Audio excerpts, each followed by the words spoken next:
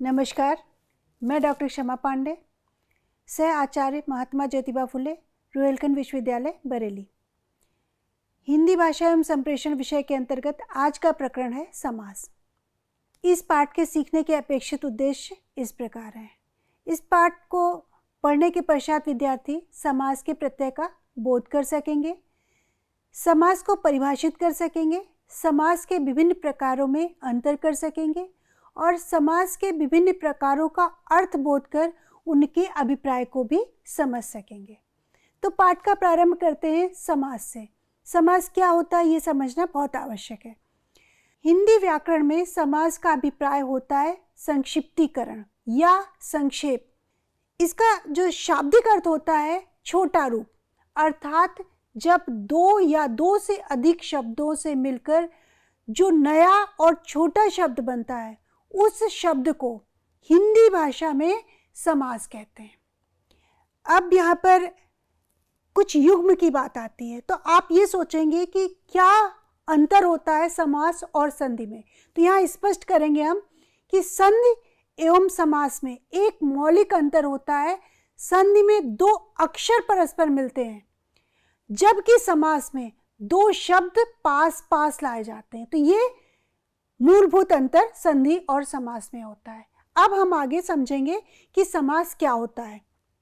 समास का अर्थ समझने के लिए हमें इसका शाब्दिक विग्रह करना चाहिए, और शाब्दिक विग्रह द्वारा हम कैसे स्पष्ट करेंगे। तो यहाँ पर देखिए, सम, इसका अभिप्राय क्या? अच्छी तरह, परस्पर। और धी या धा, इसका अर्थ क्या होता है? रखना। किसे रखना?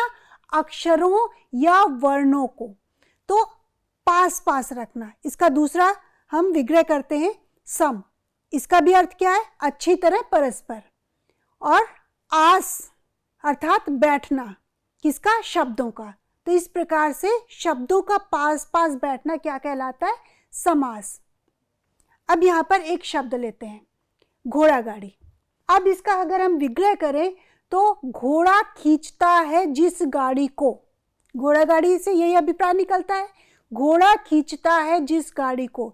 यहाँ पर इसे खींचता है जिसको, और खींच किसको रहा है? घोड़ा गाड़ी को। तो जिसे खींच रहा है वो है गौड़ शब्द, और मुख्य शब्द क्या है? घोड़ा।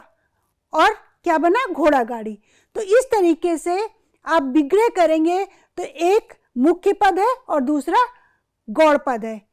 इन्हीं मुख्य शब्दों को पास पास बैठाने की विधि को समास कहते हैं। अब कुछ और शब्द लेते हैं। घोड़े पर सवार, यहाँ पर घोड़ा और सवार दोनों को पास पास बिठाया गया, तो क्या बना? घुड़सवार। माँ बाप, माँ और बाप। इसी प्रकार चौराहा, जहां चार राहें मिलती हैं तो क्या कहलाता है? चौराहा। तो इस प्रकार से आप देखिए समासिक शब्द क्या हुए? घुड़सवार, माँ बाप और चौराहा। इस प्रकार गौड़ शब्दों जिनमें कारक चिन्हों या संयोजक पदों आदि का लोप करके समास युक्त या समस्त पद बनाए जाते हैं, वो क्या कहलाते हैं? समास। अब यहाँ पर उदाहरण के लिए कुछ शब्द हम देखते हैं, जैसे राम राज्य। इसमें भी क्या है? राम का राज्य, कारक चिन्ह किसका लोप है? का। दाल रोटी, संयोजक पद कौन सा है? और, तो दाल और रोटी। इसी प्रकार यथासंभव, घनश्याम, ये शब्द समस्त पद के उदाहरण हैं। अब हम समास को समझने के लिए ये समझेंगे कि विग्रह क्या होता है। विग्रह करके हम समास को अधिक स्पष्ट करने का प्रयास करेंगे। समस्त या समास युक्त शब्दों को अलग अलग करने का नाम विग्रह कहलाता है। अब यहाँ पर उदाहरण के रूप में हम देखते हैं राम राज्य, ये एक शब्द है, इसका हम विग्रह करें तो क्या बनेगा? राम के राज्य जैसे राज्य। दूसरा शब्द घनश्याम, इसका हम विग्रह करें तो घनश्याम का विग्रह है घन की तरह श्याम है जो। तो ये समासिक पद है और इनका विग्रह यहां पर बताया हमने। तो इस प्रकार से स्पष्ट है, जिन दो मुख्य शब्दों के संयोग से समास बनता है उन शब्दों को खंड या अवयव कहते हैं। घनश्याम में पहला पूर्वखंड क्या है? घन। श्याम क्या है? दूसरा, अर्थात उत्तरखंड है। तो घनश्याम का विग्रह करेंगे तो दो शब्द आपको मिलेंगे, घन और श्याम। इसमें घन क्या है? पूर्वखंड, और श्याम है उत्तरखंड। तो यहां पर स्पष्ट होता है कि जो दो मुख्य शब्द हैं उनसे क्या बन रहा है? समास। और ये क्या है शब्द? खंड या अवयव। अब हम समास को समझने के बाद चर्चा करेंगे कि समास के प्रकार कितने हैं। तो यहां पर कुछ मुख्य बातें हैं जिन्हें हम पहले स्पष्ट करेंगे। जिस खंड पर अर्थ का मुख्य बल पड़ता है उसे क्या कहते हैं? प्रधान खंड। और जिस खंड पर अर्थ का बल नहीं पड़ता उसे गौण खंड कहते हैं। इस आधार पर समास को 4 प्रकारों में वर्गीकृत करते हैं। जिस समास में पूर्व खंड प्रधान होता है, अभी आपने 2 खंड देखे, पूर्व खंड और दूसरा उत्तरखंड। तो जिस समास में पूर्व खंड प्रधान होता है वो कहलाता है अव्ययी भाव समास। और जिस समास में उत्तरखंड प्रधान होता है वो क्या कहलाता है? तत्पुरुष समास। और जिस समास में दोनों ही खंड प्रधान होते हैं वो समास द्वंद्व समास होता है। और जिस समास में दोनों ही खंड प्रधान ना होकर कोई अन्य खंड प्रधान होता है वह बहुब्रीहि समास कहलाता है। अब हम प्रारंभ करेंगे अव्ययी भाव समास से। तो अव्ययी भाव का अर्थ होता है अव्यय हो जाना। वास्तव में यह क्रिया विशेषण अव्यय का काम करता है, अर्थात क्रिया की विशेषता बतलाता है। अव्ययी भाव समास में पहले खंड की प्रधानता होती है, अर्थात पूर्व पद की प्रधानता होती है। यहाँ पर एक उदाहरण से हम समझने का प्रयास करेंगे। जैसे एक शब्द लेते हैं भरपेट, और भरपेट में क्या है? अव्ययी भाव समास। पेट एक संज्ञा शब्द है, इसलिए इसका विकार हो सकता है। जैसे पेट का विकार किन रूपों में हो सकता है? जैसे हम कह सकते हैं कई पेटों में। किंतु अगर हम कहते हैं भरपेट, तो भरपेट क्या है? अव्यय या अविकारी है। अब इसका विकार नहीं हो सकता। भरपेट को हम ये नहीं कह सकते भरपेटों, तो इसलिए भरपेट क्या है? अव्यय। इसी प्रकार और उदाहरण लें, जैसे हर घड़ी, हर घड़ी का अव्ययी भाव हो जाने से हर घड़ियां या हर घड़ियों नहीं हो सकता। यही इस समास की मुख्य पहचान है। एक और उदाहरण हम लेते हैं, और ये उदाहरण किस भाषा से? संस्कृत से। और ये अव्ययी भाव के समास के उदाहरण है। जैसे यथाशक्ति में अव्ययी भाव समास होता है, यथाशीघ्र में भी अव्ययी भाव समास होता है। और भी शब्द हैं, जैसे यहाँ पर हम आपके समक्ष पढ़ते हैं यथास्थान, यथाक्रम, परोक्ष, यथासाध्य, आजीवन, श्रद्धापूर्वक, प्रतिदिन, अनुकूल, सहर्ष, सानंद, सपरिवार और नियमानुसार। ये कुछ संस्कृत के उदाहरण हैं जो अव्ययी भाव समास के अंतर्गत आते हैं। कुछ उदाहरण हम हिंदी भाषा से लेते हैं, जैसे अनजाने, बेखटके, निडर, एकाएक, धीरे धीरे, आमने सामने, धमाधम, हाथों हाथ, धीरे धीरे। उर्दू भाषा के कुछ उदाहरण यहाँ पर आपके समक्ष प्रस्तुत हैं, जैसे बेशक, दरअसल, हर रोज। इस प्रकार अव्ययी भाव के बाद हम चर्चा करेंगे तत्पुरुष समास की। तत् का अर्थ है उस, तो तत् का पुरुष, अर्थात इसमें का क्या है? कारक चिन्ह। तो का कारक चिन्ह का लोप हुआ। जैसे उदाहरण के लिए एक शब्द लेते हैं हवन सामग्री, हवन के लिए सामग्री। तो इसमें किस कारक चिन्ह का लोप है? के लिए। तो यहां पर के लिए कारक चिन्ह का लोप हुआ, तो क्या बना? तत्पुरुष समास। और इस समास की मुख्य पहचान क्या होती है? इसमें उत्तरखंड प्रधान होता है। व्याकरण में अर्थात वाक्य के अंतर्गत उत्तरखंड पुरुष या सामग्री के ही रूप बदलते हैं, पूर्वखंड के रूप नहीं बदलते हैं। जैसे राजपुरुषों ने हवन सामग्री से, इस समास में वास्तव में पूर्व खंड तो मात्र विशेषण का कार्य करता है, प्रधानता किसकी होती है? उत्तर खंड की। तो तत्पुरुष समास में किसकी प्रधानता होती है? उत्तर खंड की। तत्पुरुष समास के भी कई भेद होते हैं, और वो भेद कितने? 6 भेद। कौन कौन से होते हैं? कर्म तत्पुरुष समास, करण तत्पुरुष समास, संप्रदान तत्पुरुष समास, अपादान तत्पुरुष समास और संबंध तत्पुरुष समास तथा अधिकरण तत्पुरुष समास।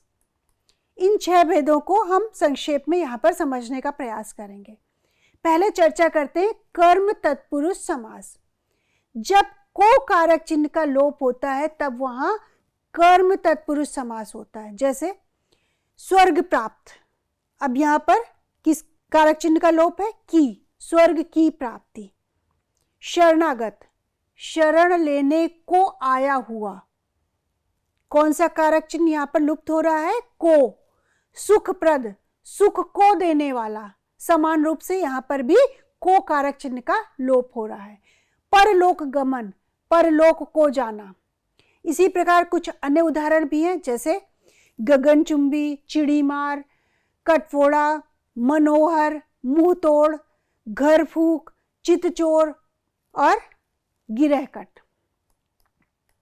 इसके बाद हम बात करेंगे करण तत्पुरुष की। करण तत्पुरुष समास में से और के द्वारा इस प्रकार के जो कारक चिन्ह होते हैं, कौन से? से या के द्वारा कारक चिन्हों का यहाँ पर लोप होता है। उदाहरण के रूप में हम देखते हैं कि एक शब्द लेते हैं ईश्वर दत्त, ईश्वर द्वारा दिया हुआ। यहाँ पर किस कारक चिन्ह का लोप है? द्वारा, के द्वारा। तो ईश्वर के द्वारा दिया हुआ। तुलसीकृत, तुलसी द्वारा बनाया हुआ। गुण युक्त, गुणों से युक्त। तो यहाँ पर आप स्पष्ट रूप से देख पा रहे हैं कि इन शब्दों में या तो से का लोप है या फिर द्वारा या के द्वारा का लोप है। इसी प्रकार कुछ अन्य उदाहरण है, जैसे मनमाना, भूखमरा, मदमाता, प्रकृतिदत्त, पदयात्रा, बंधन मुक्त, गुणहीन, धन रहित, वज्राहत, शोकाकुल, कष्ट साध्य, शिरोधार्य और वज्राहत। अब बात करेंगे हम संप्रदान तत्पुरुष समास की। जहाँ के लिए इस कारक का लोप होता है वहाँ पर संप्रदान तत्पुरुष होता है, जैसे देशभक्ति, देश के लिए भक्ति। इस प्रकार दूसरा उदाहरण है कन्या विद्यालय, कन्याओं के लिए विद्यालय। कुछ अन्य उदाहरण है, जैसे देवबली, हथकड़ी, भंडार घर, रसोई घर, हवन कुंड, महंगाई भत्ता, मार्ग व्यय और पशुशाला। अब बात करेंगे अपादान तत्पुरुष की। अपादान तत्पुरुष में कारक चिन्ह से, अर्थात जब अलगाव का बोध हो तो से कारक चिन्ह का लोप होता है, वहां पर अपादान तत्पुरुष होता है। जैसे धर्म विमुख, धर्म से विमुख अर्थात अलगपन का बोध। इसी प्रकार जन्मांध, जन्म से अंधा, देश निकाला, देश से निकाला। तो यहाँ पर से कारक चिन्ह का लोप हो रहा है और इससे अलगपन का बोध होता है। इसी प्रकार बहिरागत, भयभीत, ऋण मुक्त और धर्मभ्रष्ट, ये भी अपादान तत्पुरुष समास के उदाहरण हैं। फिर बात करेंगे संबंध तत्पुरुष की। यहाँ कारक चिन्ह का, की, इनका लोप होता है। जैसे नरेश, राष्ट्रपति, राष्ट्र का पति, ग्रंथकार, सेनापति, विभागाध्यक्ष, गृह स्वामी, गंगाजल, घुड़दौड़, अनारदाना, लखपति, सिरदर्द, गुड़साल, करोड़पति, करुणासागर, दीनानाथ, पतित पावन और भक्तवत्सल, राम नाम, ये सब संबंध तत्पुरुष समास के उदाहरण हैं। अधिकरण तत्पुरुष, यहाँ जब हम अधिकरण तत्पुरुष की बात करते हैं तो कारक चिन्ह में और पर का लोप होता है। जैसे शास्त्र निपुण, शास्त्र में निपुण, आप बीती, अपने पर बीती। इसी प्रकार कुछ अन्य शब्द अधिकरण तत्पुरुष के उदाहरण है, जैसे रणकुशल, सभा पंडित, सर्वोत्तम, ग्रहागत, वनवास, हृदयस्थ, गंगा स्थान, मनमौजी और कानाफूसी। तो ये सब अधिकरण तत्पुरुष समास के उदाहरण थे। अब हम बात करेंगे द्वंद्व समास की। तो द्वंद्व का शाब्दिक अर्थ होता है जोड़ा या युग्म। भाषा में कई युग्म शब्द होते हैं, उनका विग्रह करने पर अथवा या ये शब्द लगते हैं और दोनों ही शब्दों की प्रधानता समान रूप से होती है। द्वंद्व समास के भेद कौन कौन से हैं? इतरेतर द्वंद्व, वैकल्पिक द्वंद्व और समाहार द्वंद्व। तो प्रारंभ करेंगे इतरेतर द्वंद्व से। इतरेतर द्वंद्व का अभिप्राय है परस्पर एक साथ, यह समस्त पद और का लोप करने से बनते हैं, जैसे दाल रोटी अर्थात दाल और रोटी। तो लोप किसका है? और। दाल रोटी में और शब्द का लोप है। सीताराम अर्थात सीता और राम। इसी प्रकार अन्न जल अर्थात अन्न और जल। हृष्ट पुष्ट अर्थात हृष्ट और पुष्ट। वैकल्पिक द्वंद्व, ऐसे समास या और दूसरा अथवा, इनमें से किसी भी शब्द का लोप हो तो बनते हैं वैकल्पिक द्वंद्व। जैसे थोड़ा या बहुत अर्थात क्या बनेगा? थोड़ा बहुत। सुख या दुख क्या बनेगा? सुख दुख। तो यहां पर लोप किसका हो रहा है? या का। समाहार द्वंद्व समास, जब ऐसे युग्म शब्द बनते हैं जिनमें दो पदों के अर्थ के अतिरिक्त कुछ और भी अर्थ निकलता है। यहां पर कुछ उदाहरण हम लेते हैं, जैसे दो उदाहरण है आपके समक्ष प्रस्तुत है। पहला है दाल रोटी चलती है और दूसरा सेठ साहूकार। यहाँ पर दाल रोटी से आशय क्या निकलता है कि दाल रोटी नहीं, घर का सामान। जब हम बात करते हैं दाल रोटी चलती है तो अर्थात हम पूरे घर के सामान की बात कह रहे हैं। इसी प्रकार सेठ साहूकार, जब हम सेठ साहूकार कहते हैं तो इसका अभिप्राय यह निकलता है कि सभी प्रकार के धनी लोग। तो ऐसे शब्दों में जिनमें कुछ और भी अर्थ निकलता है वहां पर समाहार द्वंद्व समास होता है। कुछ अन्य उदाहरण ले लें जहां पर कुछ अन्य अर्थ निकलता है, जैसे कहते हैं रोना धोना, तो वहां पर बंद करो। बाल बच्चे अर्थात सारा परिवार। लंगड़ा लूला अर्थात वहां पर हम क्या कहना चाह रहे हैं? विकलांग। कपड़ा लत्ता, जब हम कहते हैं ना कपड़ा लत्ता हमने रख लिए, तो सारा सामान वहां पर ये अर्थ देता है। लेन देन अर्थात परस्पर जो हम व्यवहार करते हैं। तो ये समाहार द्वंद्व समास के उदाहरण हैं।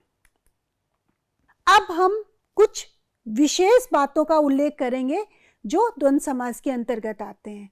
जैसे द्वंद्व समास में प्रायः स्त्रीलिंग पद जो होता है वो पूर्व पद होता है। जैसे आप उदाहरण देखिए, गौरी शंकर। दूसरा उदाहरण राधा कृष्ण, गोपी कृष्ण, सीताराम, स्त्री पुरुष, नाक कान, गाय बैल, माता पिता माँ बाप। यहाँ पर सभी उदाहरणों में आपने देखा कि स्त्रीलिंग पद जो है वो पूर्व पद है। दूसरी विशेष बात, कम अक्षरों वाला पद जो होता है वो द्वंद्व समास में पहले होता है। जैसे धन दौलत, तो धन में कम अक्षर है और दौलत में ज्यादा है। इसी तरीके से आय व्यय, सेठ साहूकार, तो यहां पर आप देखेंगे कम अक्षर वाला पद पहले रहता है। अब हम चर्चा करेंगे बहुब्रीहि समास की। जब दो शब्द मिलकर या समास युक्त होकर किसी तीसरे शब्द का विशेषण बन जाता है तो वह बहुब्रीहि समास कहलाता है। इस समास में दोनों शब्दों में से कोई भी प्रधान नहीं होता और समस्त पद किसी अन्य संज्ञा की ओर संकेत करता है और इसका विग्रह करने में वाला, वाली और जो, जिस आदि का प्रयोग किया जाता है। ध्यान रखिए यहाँ पर जब हम विग्रह करते हैं तो किन शब्दों का प्रयोग करते हैं। उदाहरण आप यहाँ पर देखें, बड़ बोला। अब इसको हम विग्रह करेंगे तो क्या विग्रह होगा? बढ़ चढ़कर बोलने वाला, तो वाला लगा हुआ है अर्थात जिसके बोल बड़े हो वह क्या है? बड़बोला। तो यहाँ पर राम बड़बोला है। तो यहाँ पर विग्रह करने से स्पष्ट हुआ कि बड़बोला में कौन सा समास है? बहुब्रीहि समास। दुरंगा, दो रंगों वाला अर्थात दो रंग हैं जिसमें। इसी प्रकार चतुर्भुज, चार भुजाओं वाला, अर्थात चार भुजाएं हैं जिसकी, तो किसी अन्य संज्ञा की तरफ ये अर्थ बताता है। जैसे चार भुजाओं वाला अर्थात चार भुजाएं हैं जिसकी, अर्थात विष्णु भगवान। अब बात करेंगे कर्मधारय समास की। कोई एक खंड विशेषण या उपमा सूचक शब्द हो तो कर्मधारय समास बनता है। इसे समानाधिकरण तत्पुरुष भी कहते हैं, क्योंकि विग्रह करने पर इसके दोनों पद एक ही कारक या विभक्ति में होते हैं। ये समास विशेषण, विशेष और उपमेय की स्थिति के अनुसार बनते हैं। यहाँ हम उदाहरण से समझेंगे कि किस प्रकार इनकी रचना होती है। विशेषण और विशेष से जब ये दोनों मिलते हैं तब कर्मधारय समास के कौन कौन से शब्द बनते हैं। जैसे महात्मा, महा धन आत्मा, तो एक विशेषण है और दूसरा विशेष्य है। इसी प्रकार दीर्घायु, महाराजा, अंधविश्वास, नीलगाय, नीलकमल, काली मिर्च। यहाँ पर इन सभी शब्दों में जो प्रथम पद है वो विशेषण है, जो उत्तर पद है वो क्या है, विशेष्य। अब दूसरी स्थिति क्या होती है, जब विशेष्य और विशेषण ये दोनों मिलते हैं। जैसे उदाहरण के रूप में मुनिवर, पुरुषोत्तम, नराधम, देशांतर। तो इन शब्दों में जो प्रथम पद है वो क्या है, विशेष्य, और द्वितीय पद या उत्तर पद क्या है, वो विशेषण है। अब एक स्थिति कर्मधारय समास में क्या बनेगी, जब दोनों पद विशेषण हो, प्रथम पद भी और उत्तर पद भी। जैसे मोटा ताजा, हृष्ट पुष्ट, सीधा सादा, नील लोहित, हरा भरा। तो यहाँ पर मोटा ताजा, यहाँ पर दोनों ही विशेषण है। एक अन्य स्थिति क्या बनती है कर्मधारय समास में, जब विशेष्य और विशेष्य दोनों ही पद होते हैं और इनको प्रथम पद को उपमेय कहते हैं और द्वितीय पद को क्या कहते हैं, उपमान। उदाहरण चरण, कमल। तो इसमें दोनों ही विशेष्य हैं, प्रथम पद उपमेय है और द्वितीय पद क्या है, उपमान। मुख कमल, स्त्री रत्न, मुख चंद्र, भवसागर, वदन सुधाकर। इसमें उपमान उत्तर पद है और प्रथम पद क्या है, उपमेय। अब एक अन्य स्थिति कर्मधारय समास में क्या होती है, जब दोनों ही पद विशेष्य हैं, अर्थात प्रथम पद उपमान है और उत्तर पद उपमेय है। जैसे चंद्रमुख और विवोष्ट, यहाँ पर प्रथम पद उपमान है और द्वितीय पद क्या है, उपमेय। इस प्रकार से समास के समस्त भेद संपन्न होते हैं। अब हम समास में कुछ विशेष बातें हैं जिन्हें हमें याद रखनी है, उनके विषय में चर्चा करेंगे। समास के अंत में अक्ष का अक्ष या अक्षी हो जाता है। जैसे रुद्राक्ष, पुंडरीकाक्ष, विशालाक्षी, मीनाक्षी। इसी प्रकार कु उपसर्ग स्वर से पहले आता है तो कद हो जाता है, जैसे कदत्र। इसी प्रकार द्वंद्व समास में दो पदों के मध्य आ या विसर्ग ये आ जाता है, तब उसके उदाहरण इस प्रकार होते हैं। जैसे मित्रावरुण, इंद्रावस्था, अहोरात्र। तत्पुरुष समास के मध्य में भी आ जाता है, जैसे विश्वामित्र और दीनानाथ में। ये दोनों शब्द तत्पुरुष समास के उदाहरण हैं। इसी प्रकार प्रादि तत्पुरुष में स्त्रीलिंग द्योतक आ का लोप हो जाता है, जैसे निर्दय, अक्षम, निराश। दो या अधिक शब्दों के समास हो सकते हैं और उसमें एक से अधिक समास भेद भी हो सकते हैं। जैसे एक शब्द लें, गुरुजन सेवक। अगर हम ये शब्द लेते हैं तो यहाँ पर कौन सा समास होगा, कर्मधारय समास। और इसको हम दूसरे संदर्भों में लेते हैं, गुरुजन का सेवक, तब यहाँ पर कौन सा समास होगा, तत्पुरुष समास। तो इसी में एक शब्द में एक से अधिक समास सन्निहित हैं। दूसरा उदाहरण लेते हैं, महाराज पुत्र, महाराज।